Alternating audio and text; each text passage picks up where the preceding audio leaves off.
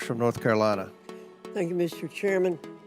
Director Cheatle, what grade would you give the Secret Service's performance in Butler, Pennsylvania on July 13? As I've stated, ma'am, this was clearly a failure. I would grade the agents and officers who selflessly threw themselves in front of the president and neutralized the threat an A. I think that we need to examine the events that led up to and prior to that day. You stated in 2021 that the Secret Service has a zero-fail mission. It's clear that the events of July 13 show a cascade of failures that cost Corey Comparator his life, nearly cost former president his life, and injured David Dutch and James Copenhaver.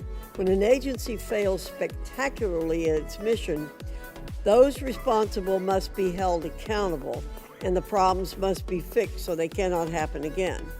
Why should the American people or the officials you're responsible for protecting have confidence in your ability to lead the Secret Service after such a spectacular failure?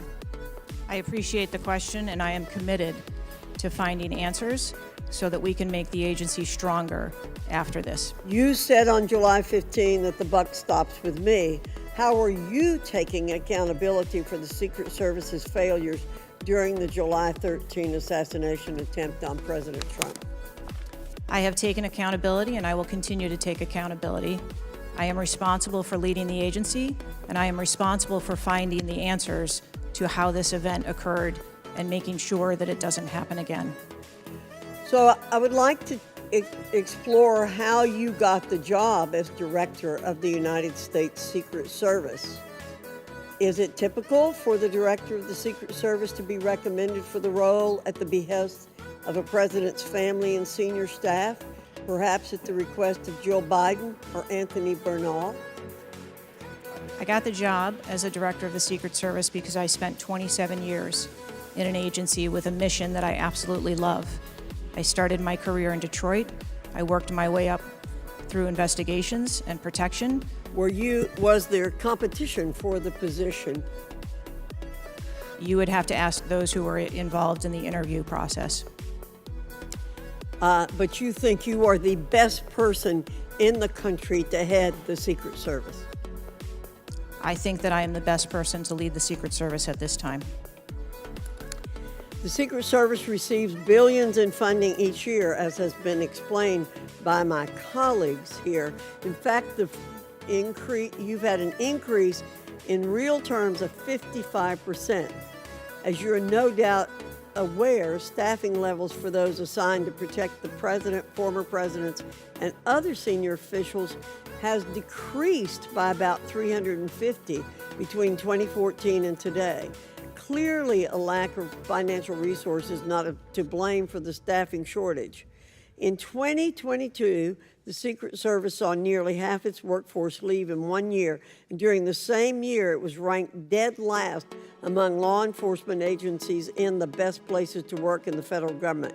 Can you explain why your agency was so poorly rated and why so many staff left in just 1 year?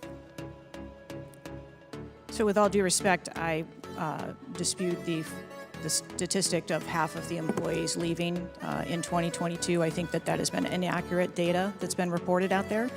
But what I can tell you is, as I have returned as the director of the agency, we have had an increase in hiring and staffing and an increase in resources, and we are committed to continue to hire so that we can be staffed appropriately to meet the dynamic mission that we have.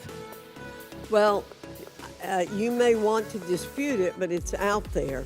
My understanding, given the high-profile failures and rotten culture at the Secret Service during your nearly two-year tenure, why should the American people have any confidence in your ability to lead the Secret Service to perform its zero-fail mission to protect our senior leaders? The Secret Service has an incredible culture. Our men and women place service over self. They come in every day willing to risk their lives for our protective mission, and they work investigations that thwart people who would do harm to children, child exploiters, We have an incredible mission, and our culture is we will get the job done no matter what.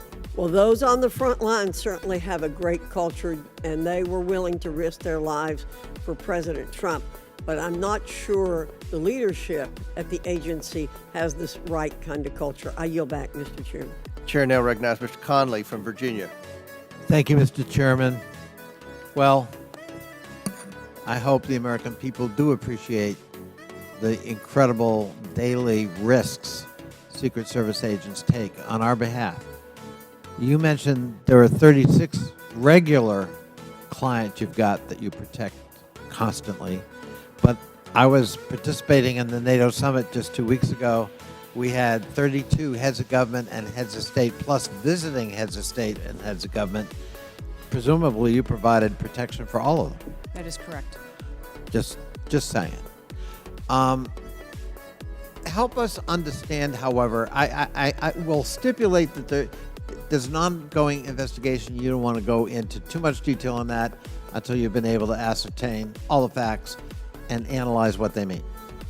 You can understand, however, the anxiety we and the American public have about how could this happen and how can we ensure it can't recur. Now, there are some things my friends on one particular side of the aisle don't really want to talk about, like AR-15s and access to them by a 20-year-old, or anybody for that matter.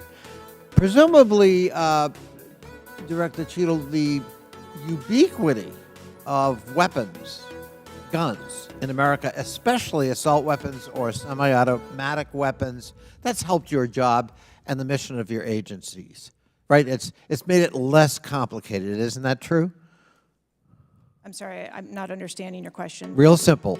More guns, especially dangerous ones, have made your job protecting people easier. Is that not right? I think from every Director state- Cheatle, this is simple English. More guns, do they make your job more complicated or less complicated in protecting these 36 clients and visiting heads of state and heads of government that come to Washington? I think the Secret Service needs to take into account. I didn't ask that. That they're in. I'm sorry. I asked a simple question, which deserves a simple answer. The ubiquity of guns, dangerous weapons in America, like AR-15s, has that made your job, that is to say the mission of the Secret Service, easier or more difficult? I think the threat environment for protecting our Secret Service protectees is always difficult, and that's dynamic, and it's always evolving. We stipulate it's always difficult. Again, this is a simple one. Does the ubiquity of guns make your job easier or more difficult today? I understand the Second Amendment rights of individuals. I didn't ask that question. I'm not questioning the Second Amendment. I'm asking a simple analysis, Director Cheatle. And I can tell you, you're not making my job easier in terms of assessing your qualification for continuing on as director. Please answer the question. You're the head of the Secret Service. You're speaking on behalf of 8,000 members who put their lives on the line. We just had a failure by your own admission. Do guns make your job easier or harder?